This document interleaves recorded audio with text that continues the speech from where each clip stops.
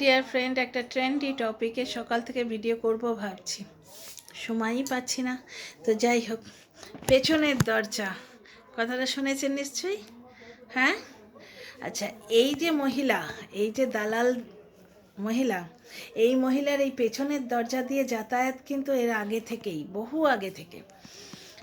একজন বড় চ্যানেল আছে একটা, সেই চ্যানেলের নাম তোমরা শুনেছ নিশ্চয়ই, সুতপাকে যারা কেস দিয়ে রেখেছে। তো সেই বড় চ্যানেল কিন্তু এই দালালের এগেনস্টেও কেস করেছে, এই জলহস্তির এগেনস্টেও কেস করেছে। তো তখন শোনা গেছে, কারণ ই কোর্ট অ্যাপ থেকে এগুলো জানা গেছে যে দালালের এগেনস্টে কেস আছে। এবার তখন শোনা গেছে যে এই দালাল নাকি কি বলে ওটাকে, পেছনের দরজা দিয়ে গিয়ে ক্ষমা টমা চেয়ে ব্যাপারটাকে মিট আপ করিয়ে নিয়েছে, বুঝতে পারছো, মানে মিটিয়ে নিয়েছে। তো এই মহিলার পেছনের দরজা দিয়ে যাতায়াত করার বহু অভ্যেস আছে, ঠিক আছে। এইবার মুখে বলছে যে টিনার বাড়ি গিয়ে টিনাকে মেরে আসবো, টিনার চোখ উপড়ে নেব। আচ্ছা ডিয়ার ফ্রেন্ডস, টিনার ভিডিওতে কমিউনিটি গাইডলাইন্স পড়লো একটা প্রমোশনের জন্যে। ও জানতো, জেনে স্কেডিউল করে রেখে দিয়েছিল, ক্যাজুয়ালভাবে ভুলে গেছে আর কি। ওটাকে যে এডিট করে ছাড়তে হবে ভুলে গেছে, তো ওটা ঠিক টাইমে মানে পাবলিশ হয়ে গেছে, ও স্ট্রাইকটা পড়ে গেছে। আচ্ছা, এই ধরনের কোনো গাইডলাইন্স এই ভায়োলেন্সের এগেনস্টে নেই। আমি কিন্তু যে ইউটিউব গাইডলাইন্সগুলো দেখি তাতে কিন্তু থাকে হেট বা ভায়োলেন্ট স্পিচ, হেট বা ভায়োলেন্ট স্পিচ। তারপরেরটাই হচ্ছে বুলিং, অ্যাবিউজিভ ল্যাঙ্গুয়েজ, এগুলো কিন্তু আমি দেখি ইউটিউব গাইডলাইন্সে। তাহলে এই যে দালাল এইভাবে ভিডিও করে যে টিনাকে বাড়িতে গিয়ে মেরে আসবো, টিনার চোখ উপড়ে নেবো, কুলাঙ্গার ওইভাবে ভিডিও করছে যে নারকোল গাছে বেঁধে তোকে মারবো, তখন কিন্তু দর্শকদেরও প্রবলেম হয় না। দর্শকরা কেউ বলে না যে এদের পরিবার খারাপ। অ্যাকচুয়ালি দালালের তো পরিবারই নেই, আর কুলাঙ্গারের তো পরিবার খারাপ সেটা বলে দিতে হয় না, ওর শিক্ষা দীক্ষা মুখের ভাষা থেকে বোঝাই যাচ্ছে। ইবাদতের মাসে যে এইভাবে কথা বলে, এইভাবে কোনো বিদেশি মেয়েকে এইভাবে অ্যাটাক করে, সে কোন পরিবার থেকে বিলং করে বোঝাই যায়। তো বাদ দাও, এখানে আমি কথা বলতে এসেছি দালালের সম্বন্ধে। এবার দালালের এই ব্যাপারটা জানতে পেরে ঘুঘুর বাসা থেকে ঘুঘু ডেকে উঠেছে, ঘু ঘু করে ডেকে উঠেছে। হ্যাঁ, মেনে নিব না, মানছি না, মানবো না। ওরে বাবারে, সে কি থামনেল গো!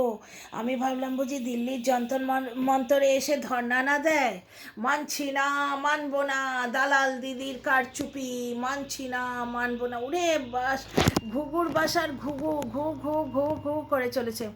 ঘুঘুর বাসার ঘুঘু একটা ফোন করেছিল, দালাল দিদি তোলেনি, ঠিক আছে। সঙ্গে সঙ্গে এখানে তো সব স্পেকিউলেশন লাগায় না। টিনার মুখে টেপ লাগানো আছে, রেস্ট্রিকশন রয়েছে, ছেলের সম্বন্ধে বলতে পারছে না, আমি বলেই যাচ্ছি, কিন্তু তাতে এদের কিছু এসে যায় না। বলছে এই ছেলেকে নেবে না, স্পেকিউলেট করে নিল সঙ্গে সঙ্গে যে ছেলেকে নেবে না, সব গণৎকার এখানে ওয়াইটিতে। ছেলেকে নেবে না, কেমন মা, হেন তেন, 7 মাস ধরে চললো। এইবার যেই ছেলের কথা বলছে সঙ্গে সঙ্গে বলছে এই ছেলের কথা তুই কেন বলছিস, ছেলের দিকে হাত বাড়াচ্ছে। পুঁটলি বলছে ছেলের দিকে হাত বাড়াচ্ছে, দর্শকরা বলছে ছেলের কথা তোর মুখে মানায় না, এতদিন বলতো ছেলের কথা বলিস না, কেমন মা, এখন ছেলের কথা বলছিস কেন, কেমন মা। তো যাই হোক, বাদ দাম। তো ঘুঘুর বাসা ঘু ঘু করে কি বলছে শোনো, তার আগে আমি ওয়েলকাম করি আপনাদের ডিয়ার ফ্রেন্ডস।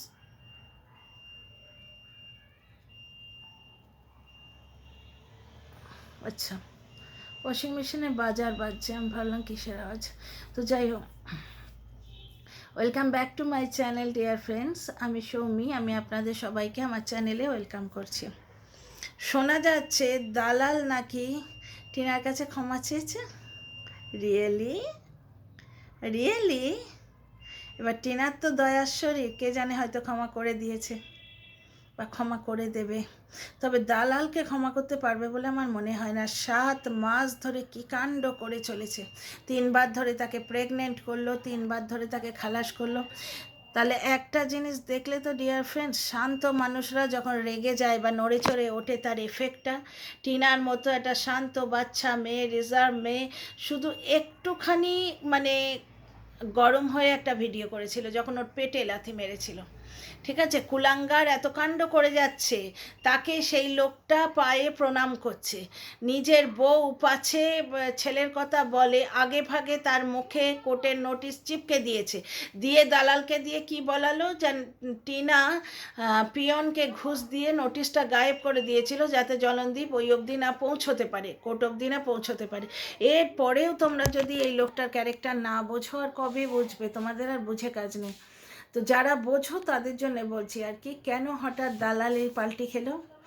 অনেক দিন আগে আমি বলেছিলাম, আমার ক্লাসের বাচ্চাগুলোর মতো বলতে ইচ্ছে করে, আই টোল্ড ইউ, প্রথমেই বলেছিলাম যে এই দালাল নয়, খাল কেটে কুমির নয়, খাল কেটে অ্যানাকোন্ডায় নিয়ে এসছে তো নিজের ইচ্ছে, কিন্তু এ যাবে নিজের ইচ্ছে, মানে ওর ইচ্ছে।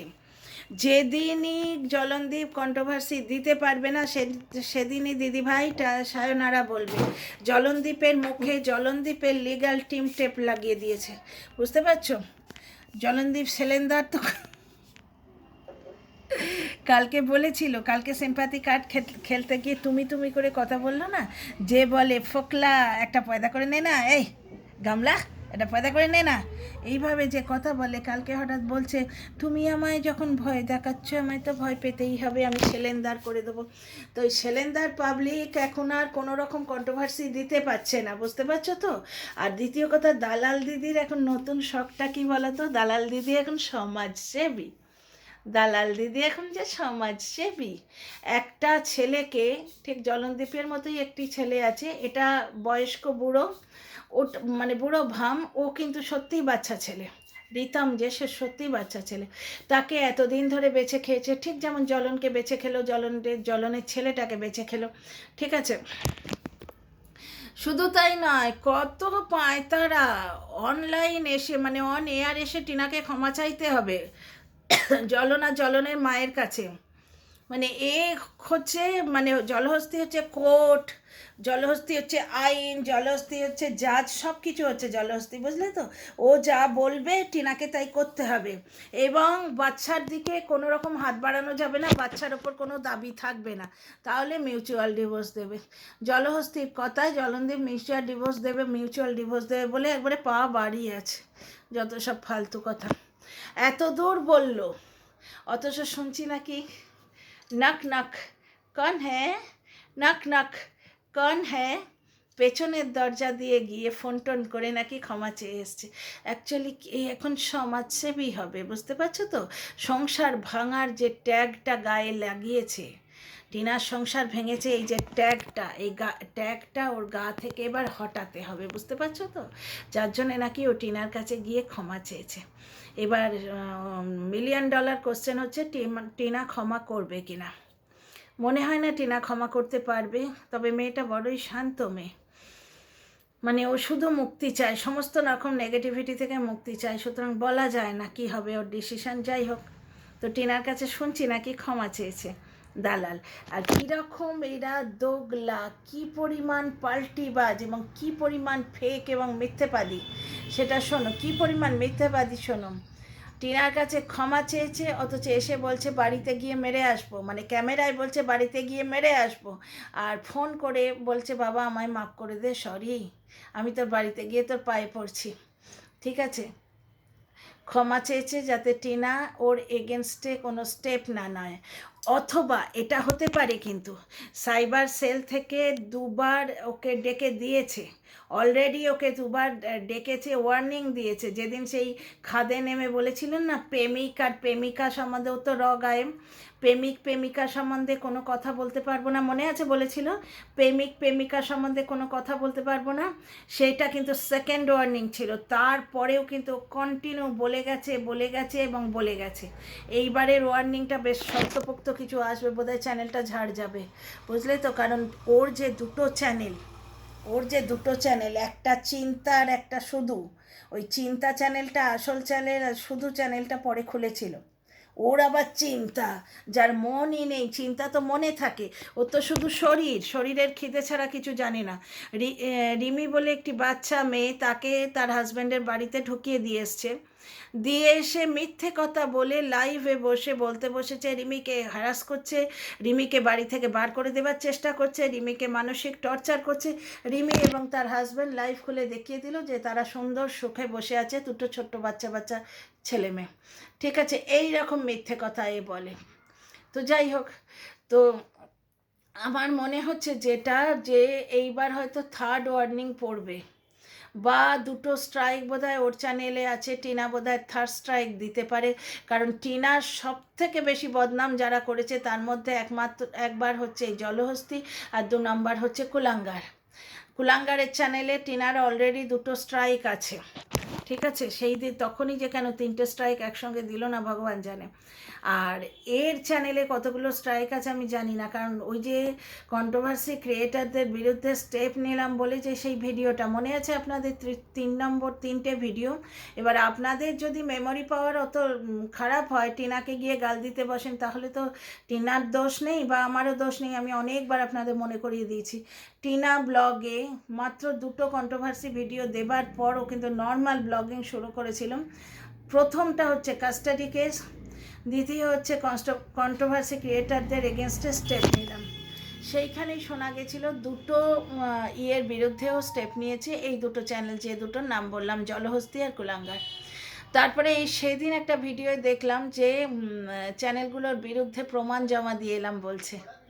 তার মানে কি, কাছি ধরে মারো টান, জলহস্তি হবে খান খান। হীরক রাজার দেশে মনে আছে? জলহস্তির কাছি ধরে টান পড়ে গেছে নাকি? কেন ক্ষমা চাইলো টিনার কাছে? টিনার সাথে হাত মেলাচ্ছে ভেবে ঘুঘুর বাসা থেকে ঘুঘু তো একবারে ঘু ঘু ঘু ঘু করে পাগল হয়ে যাচ্ছে। আপনাদের কি মনে হয় টিনা জলহস্তির সাথে হাত মেলাবে? তাই হয়? আচ্ছা, ঘুঘুর বাসার কথাগুলো শোনো। একটা ইনোসেন্ট পরিবার, আহারে, যারা বধূ নির্যাতন করে, মার্ডার অ্যাটেম্প্ট করে, মায়ের থেকে ছেলে কেড়ে নেয়, 5 লক্ষ টাকা চুরি করে, মায়ের মুখে ক্রিমিনাল কেস করে টেপ লাগিয়ে রাখে যাতে মা ছেলের কথা বলতে পর্যন্ত না পারে, উচ্চারণ করতে না পারে, মা ছেলের সঙ্গে দেখা করতে না পারে, আইন মেনে রিকভারির দিন যারা 100-150 লোক জমিয়ে রেখে প্রভোকেটিভ ভিডিও করে গণ্ডগোল পাকাবার চেষ্টা করে, যারা বাজে বাজে ফালতু ফালতু কেস দেয় টিনার পরিবারের এগেনস্টে, এইরকম একটা ইনোসেন্ট পরিবারকে জলহস্তি নাকি এতদিন ইউজ করেছে। অ্যাকচুয়ালি ব্যাপারটা কি হচ্ছে জানো, এই ঘুঘুর বাসা, তারপর সেই খুকি খাকি, এরাও তো গেছিলো সেই পিকনিকে এদের কন্টেন্ট দেয়া দেখে জলনদীপ বুঝতে পেরেছে কে কত আপন, বেঈমান দিদি কত আপন, চরিত্রহীন বউ কত আপন, আর এই সমস্ত ইউটিউবাররা কত আপন। তারপর থেকে এদের আর ভাও দিচ্ছে না। সুতরাং জলনদীপের মাথায় পা দিয়ে ব্যাঙাচির মতো দাঁড়িয়ে ও যে 50 করে ফেলেছে না, 50K, ও তো বেস্টটা বানিয়ে নিয়েছে। অ্যাজ এ কন্ট্রোভার্সি ক্রিয়েটার 50 বা 54K যথেষ্ট অ্যাজ এ কন্ট্রোভার্সি ক্রিয়েটার। কারণ কন্ট্রোভার্সি ক্রিয়েটাররা হচ্ছে ডিপেন্ডেন্ট ক্রিয়েটার। ব্লগাররা কন্টেন্ট দেবে, সেই কন্টেন্টের ওপর বেস করে কন্ট্রোভার্সি ক্রিয়েটাররা কন্টেন্ট করে। সুতরাং কন্ট্রোভার্সি ক্রিয়েটাররা হচ্ছে ডিপেন্ডেন্ট ক্রিয়েটার। তো অ্যাজ এ ডিপেন্ডেন্ট ক্রিয়েটার এতখানি একটা সাবস্ক্রাইবার লেভেল অর্জন করা যথেষ্ট একটা বড় ব্যাপার। তো সুতরাং সমস্ত কন্ট্রোভার্সি ক্রিয়েটারদেরই কিন্তু একবারে একটুখানি জ্বলে পড়ে ছাই হচ্ছে। যে কোনো কন্ট্রোভার্সি ক্রিয়েটারের পাশেই যাবে, তোমাদের পোড়াগন্ধ পাওয়া যাবে, তোমরা পোড়াগন্ধ পেয়ে যাবে। স্ট্রিমলাইন লাইভ দেখলে না, খেঁকির বাড়িতে একবারে আগুন ধরে গেছিলো, পোড়া গন্ধে একবারে পাড়ার লোক টিকতে পারছিল না হিংসেতে। ঠিক সেরকম সকলের পেছনেই একটু না একটু পোড়া গন্ধ বেরোচ্ছে ইয়েকে দেখে, জলহস্তিকে দেখে। এইবার জলহস্তির ব্যাপারটা হচ্ছে 50 থেকে 54K সে করে নিয়েছে।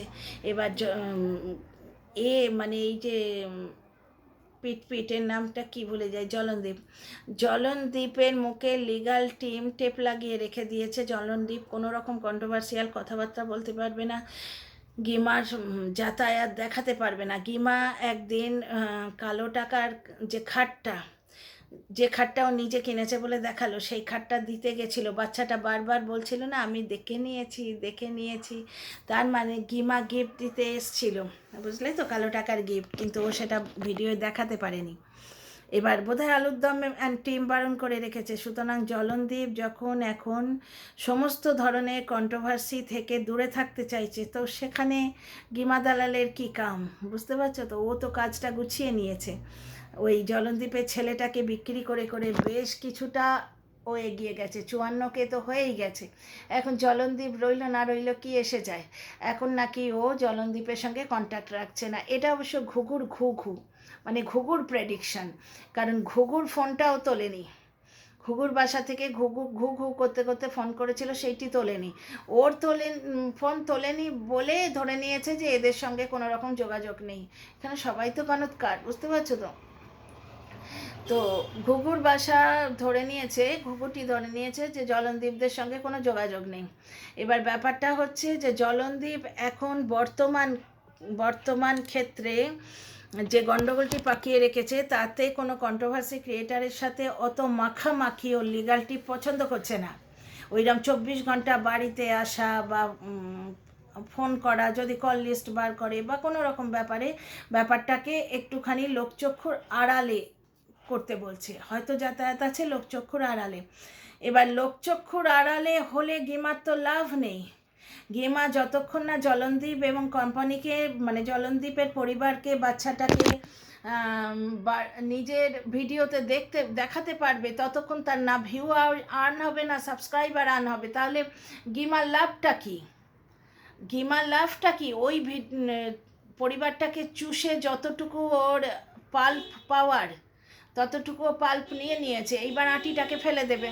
গিমার নেচারটাই তাই। এতদিন তো রিতমকে বিক্রি করলো, এখন পড়েছে রিমির পেছনে। কিছুদিন আগে একটি ঈশানী বলে মেয়েকে মানে অলমোস্ট ওর জীবনে ঢুকিয়ে দিয়ে এসেছিলো, এখন অন্য একটি মেয়েকে নিয়ে তার সংসারে ঢুকিয়ে দিয়েও তার শান্তি নেই। ঢুকিয়ে দিয়েছিস দে, বাচ্চা দুটোকে সংসার করতে দে, তা নয়, লাইভ খুলে বসে অকথ্য মিথ্যে কথা বলে তাদের সংসার করতেও দিচ্ছে না। আর তাছাড়া এখন একজন সমাজসেবিকার হাত ধরে ও নতুন কন্টেন্ট ফাঁদবার চেষ্টা করছে, কারণ জলনদীপ ডাইং, মানে মানুষটা বেঁচে থাক আমার ভারী বয়ে গেল, সে যে মানে তার সঙ্গে তো আমার পার্সোনাল কোনো শত্রুতা নেই, কন্টেন্ট সে আমার। জলনদীপ ডাইং মানে জলনদীপের কন্ট্রোভার্সিটা ডাইং, কারণ ওর লিগাল টিম যখন কোনো কন্ট্রোভার্সিয়াল অ্যাঙ্গেল দিতে রাজি হচ্ছে না, বুঝতে পারছো, তাহলে আড়ালে ফোনটা বন্ধ করে, গিমার তোর সঙ্গে মেশার কোনো ইচ্ছেই নেই। গিমার যেটুকু সহানুভূতি বা পিপ্পি দিদি গিরি, সেটা তো অন ক্যামেরায় যদি অফ হয়ে যায়, গিমা ওখানে থেকে কি করবে, বুঝতে পারছো? সুতরাং গিমা ওখান থেকে আস্তে আস্তে সায়নারা করছে। তাহলে এইখানে ওর ভয় থাকতে পারে যে টিনা যদি অ্যাকশান নেয়, অথবা সাইবার সেল থেকে দুটো অ্যাটাক হয়ে গেছে, এবার সাইবার সেল থেকে হয়তো থার্ড কল আসার চান্স আছে, ওই জন্যে ওর তো ব্যাকডোর দিয়ে মিটিয়ে নেওয়া অভ্যেস আছে, তাই নাকি শুনছি টিনার কাছে ক্ষমা চেয়েছে। এবার ঘুঘুর বাসা নড়ে বসছে, ওই ফ্যামিলিকে ইউজ করে তুমি 50কে করে ফেললে, এখন ওই ফ্যামিলির হাত তুমি ছেড়ে দেবে? তুমি না লড়াকু, তোমার কি ভয়? ওগো ঘুঘু, ওই সব কথায় মোল্ড হয়, সেরাম মালে নয়। তুমি তোমার মোটিভেটিং 2-3টে কথা বলে ভাবছো একে নোংরামি করতে আবার উস্কানি দেবে? অন্য লোকের কথায় উস্কায়, সে মালে নয়। এ অন্য লোকের মাথা খারাপ করে নিজের পেট ভরে, অন্য লোকের একবারে দিমাগ খারাপ করে দেয়, অন্য লোকের সংসার ভেঙে দেয়। গিমা ভার্চুয়ালি এখন সমাজসেবী হবে, ওই জন্যে মানে কি সংসার ভাঙানি ট্যাগটাও ছাড়তে চাইছে, এবং ওদিক থেকে নিশ্চয়ই গুঁতো এসছে।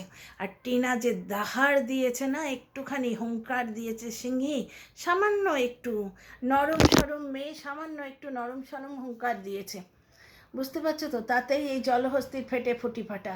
শুনছি নাকি ব্যাকডোর দিয়ে নক, কন হ্যায়? টিনা বলছে কন হ্যায়।